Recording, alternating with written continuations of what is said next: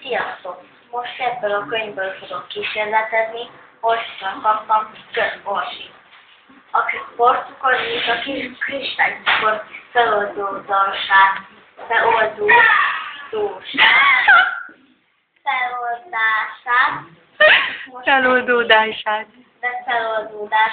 fogjuk most megnézni. Minden a kis pohárban ugyanannyi porcukor van, mint amennyi kristálycukor. A két pohárban ugyanannyi víznek kell lennie. Most bementem a vizet, de csak egy keveset, különben elfogy az egész. És hogyha ugyanannyi lett, akkor majd folytatok. Nehéz kimérni. Jó. Nehéz kimérni nagyon, ez még egy kicsit kell. Ez most jó. Előbb beleöntöm a kristálycukrot, és utána húzok 2 kanalat. Mert nem oldódik fel ez rögtön, hanem meg is kell keverni.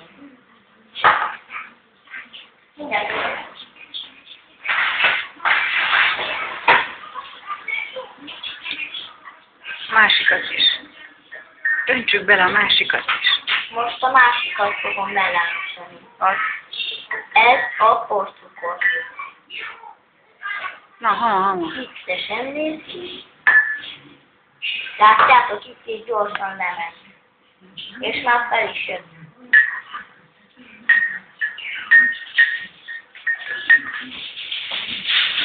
Na, vajon melyik oldódik fel?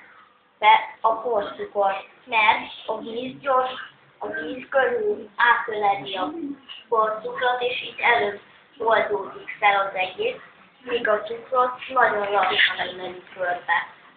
Melyiknek nagyobb a felülete? Melyiknek nagyobb a felülete? Porcukornak nagyobb a felülete. Sziasztok, megyek egy kólát.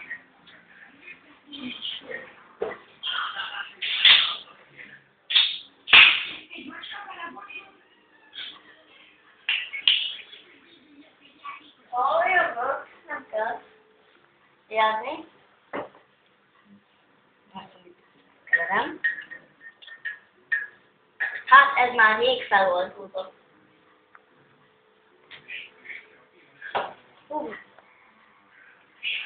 Nagyon hús. Akkor nem tudunk értelni.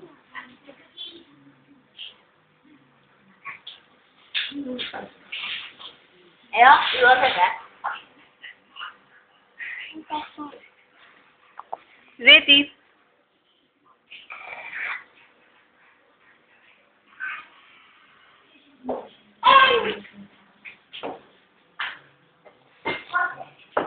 A másik kis tesónk vannak, most csak vertsem a te is csak.